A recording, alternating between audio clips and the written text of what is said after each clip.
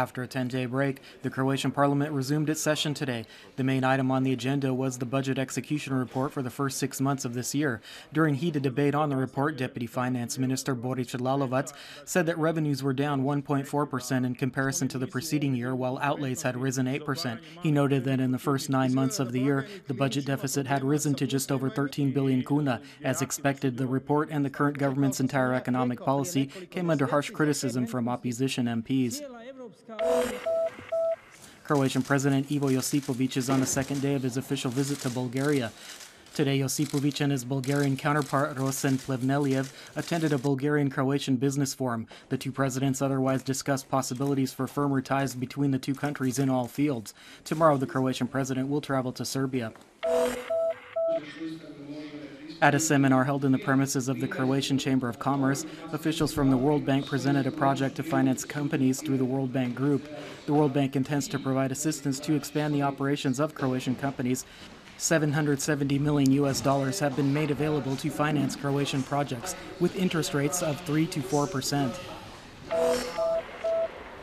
Islamic believers throughout the world are celebrating Eid al-Adha, a feast known locally as Kurban Bayram, in which they honor the willingness of the Prophet Ibrahim to sacrifice his own son to comply with the will of God.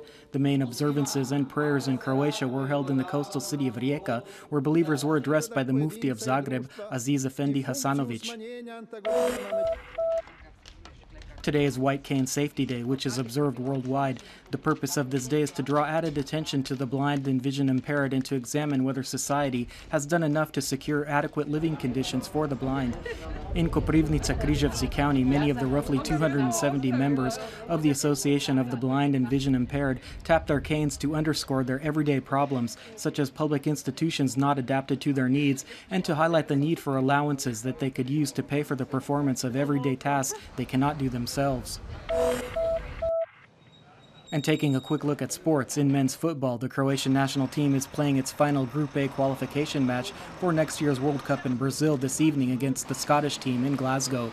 Since Belgium is the top-ranked team in Group A, the Croatian team will attempt to secure a spot in the World Cup tournament in additional qualification matches. And finally, the weather forecast for the rest of the day. Skies will be moderately to largely overcast on most of the Adriatic coast, accompanied by occasional rainfall. Precipitation is also expected in adjacent inland regions. In the rest of the country, skies will remain partially clear, although clouds are expected to build up, bringing rain by the early morning hours. Passing moderate southwestern winds will blow inland, while light to moderate Scirocco and southwestern winds will blow on the coast. The sea will be slightly to moderately choppy, with high visibility and water temperatures from 18 to 23 degrees Celsius. Today's high air temperatures will generally range from 17 to 22 degrees Celsius.